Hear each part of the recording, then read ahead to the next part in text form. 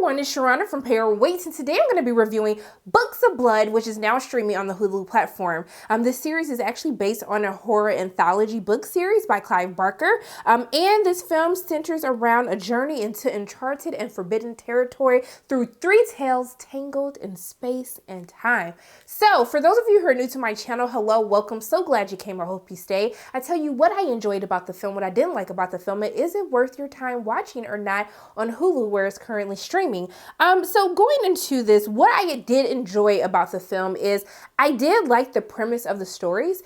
For me, I enjoyed story 1 and a portion of 3 a little bit better than the middle story that we are told. Actually, I think story 1 is actually a part of volume 1 of Clive Barker's books for those who have read them. But for me, there's kind of this twist that happens in one of the stories that I really was not expecting. But I felt like it really tied into where we are in today's space, because there was actually a similar story that happened last year. And when you guys see what happens, you'll know exactly what I'm talking about. But I was like, wow, I did not see that coming. So I do like not figuring out what's going to happen. Typically with horror films, you're kind of just like, okay, this is going to happen. I know that's going to be the person that did that. And then it's just like, oh, pretends to be shocked that everything I thought was going to happen actually did happen. But I will say that for the most part, I did enjoy the performances of the film.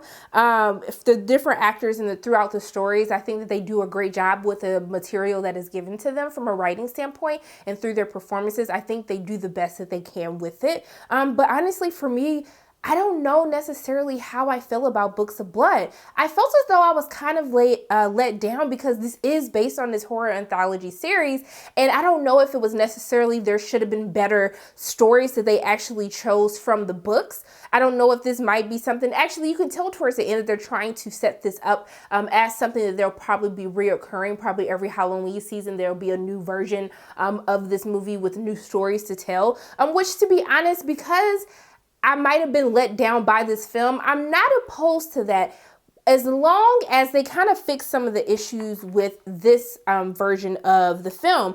I do feel as though that it's not that scary. And they kind of start the series, they start the film off like in 1984 when these books were published, like everyone was just in shock and scared by what was happening in these tales. But while I'm watching this film, I don't feel that same type. I'm just like, why would anyone be scared by this? Because if my scary behind isn't afraid of anything that is happening on the TV screen, then nobody else would be scared about what is happening in these books at this point in time. And so I felt as though they didn't really push the boundaries. I feel as though if you're covering something that happened in 1984, now in 2020, like, you can take it a step further. You can really make it more creepy.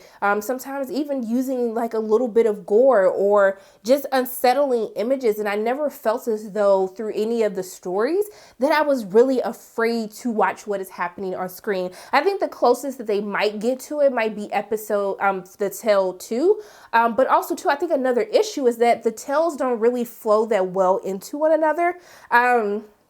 The tale's kind of end very abrupt, and then it's just like the next name, like this is the next story that we're going to tell, when even though some of the stories are actually all kind of attached in a fun and creative way, but I just think that the execution on it and how they delve from tale to tale, I was just like, this feels a little sloppy. I feel like we could have did this a little bit better. But overall for me, I wasn't that impressed with Books of Blood. Do I want to say that I hated the film? I didn't hate the film. I didn't feel like I wasted my time after watching it, but I don't know if I would necessarily tell anyone like, hey, you got to go check out this Books of Blood film. It is so good. No, I think that if you want to get into kind of this Halloween spirit, if you want to watch horror films, I think that you can. I don't think that you're going to necessarily be satisfied. And this wouldn't be something that I would tell you to rush and go see, put it at the top of your list. It's just kind of like, if you have time, you can check it out. You might not like it. Hey, you might. But I'm pretty sure you might not be that impressed by what is happening on screen. But those are pretty much my thoughts on Hulu's Books of Blood. As always, my name is Sharana from Payroll Waits, and if you like what you saw today, make sure you hit the like button, hit subscribe, share this video with your friends, and make sure you hit the notification bell. And I love you guys 3000. And until I see you again, bye.